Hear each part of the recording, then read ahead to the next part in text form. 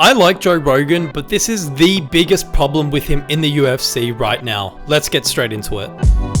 I've wanted to make this video for a long time, and after this recent pay-per-view, I feel like now's the time. Joe Rogan is one of the most iconic voices in the UFC. Obviously, because of his podcast is extremely popular and well known, and he has probably brought so many fans into the sport just through his podcast alone. But there's one role that he has that just does not work at all, and it is the post-fight interviews. There's been so many times that I'm enjoying a UFC pay-per-view, and then Joe Rogan gets onto the mic into the octagon after a fight and just absolutely kills the moment and makes me want to literally turn off my TV. I watch the fights on my laptop, not on a TV. I'm not balling like that. You might be confused why I'm even picking on this, as it's such like a small segment of the entire pay-per-view. But in my opinion, these post-fight interviews matter so much because they are a key moment in building the fighter's next fight. It's just important to every fighter's storyline, these post-fight interviews after they've just won a big fight. If they make the right call out, it could literally change the trajectory of their careers. We just saw that with Carlos Prates calling out Leon Edwards, and look what happened. He got the fight at Madison Square Garden, and if he wins, this could really put him into a #1 contender fight. So these post-fight interviews, they need to be sharp, they need to be respectful, and just like really amplify the moment. And Joe Rogan fails at doing all three of those things. Now don't get me wrong, Joe Rogan on commentary, pretty decent for the most part. I say decent because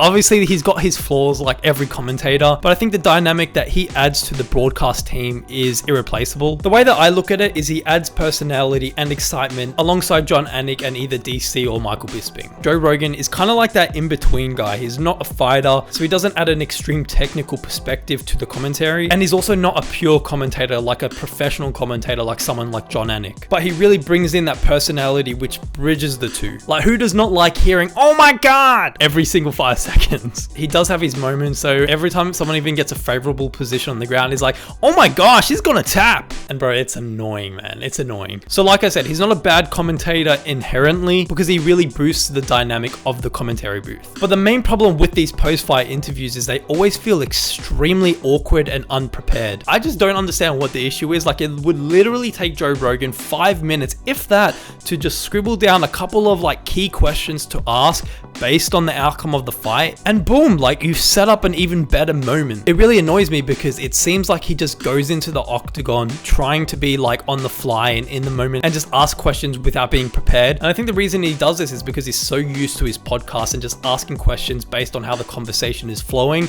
But he needs to remember, these guys are fighters, right? They're not like speakers, they're not actors like the people that he usually gets on his podcast, and it's also not a comfortable environment like his podcast. It's literally in the middle of a stadium and with screaming fans, and it's live. You've got to use this moment carefully and precisely to ask the right questions, but he clearly just doesn't prepare at all for these questions. And I think because of the heat of the moment, it just ends up coming out in absolute shambles. Sometimes he stutters, and most of the time the questions just don't really even make sense.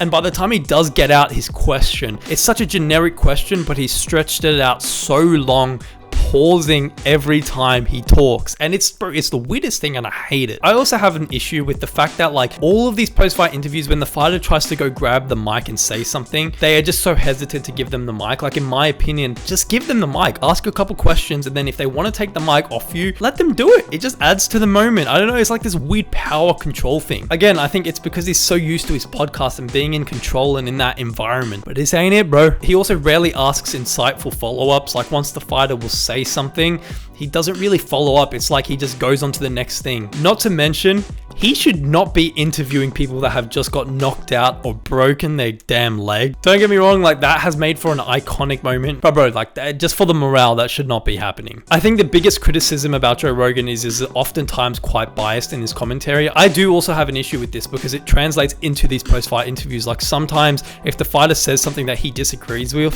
he'll openly disagree with it during the interview, and I'm like, dude, this is not a time to be adding your own perspective. This is a moment for the fighter to really just like boost them up. Like I said, man, these moments are extremely crucial to the fighters' careers. You know, it could lead them to a title shot, a #1 contender fight, and just change the trajectory of their careers. Like, a bad interview could literally just like kill the hype of the fighter and of the fight that just happened. You know, I've complained for the past couple of minutes. What would I change to fix this? Replace one bold man with another bold man. Get rid of Joe Rogan on these post-fight interviews and bring in Jon Anik. For this kind of moment, like I said, You've got John Anik, who's a professional commentator, and I think that's what this moment needs. It needs a professional commentator, someone that actually prepares for these kind of moments, and someone that is able to like translate their thoughts in these big moments. I get it though, the UFC, they want Joe Rogan in this moment because it's a moment that like a lot of people see, you know, on social media and things like that. To see someone like Joe Rogan tied with the UFC brand, it's important. But if you want actually good post-fight interviews, give it to John Anik. DC and Bisping also do not fit this role whatsoever. Like you see it on the fight nights when it's either DC or Bisping doing these post-fight interviews, and bro, it's just a mess. Honestly, it's worse than Joe Rogan. I don't even know, man. They're both kind of just equally as bad. So while Joe Rogan does add a lot to the UFC brand as a whole, these moments just aren't it for him. They do not fit his personality well whatsoever. They need someone professional like John Anik that can really execute this moment to what it fully deserves. But yeah, those are my thoughts. Let me know what you guys think. Make sure you guys do drop a like on this video and make sure to subscribe as well. I will see you guys in the next video. Peace.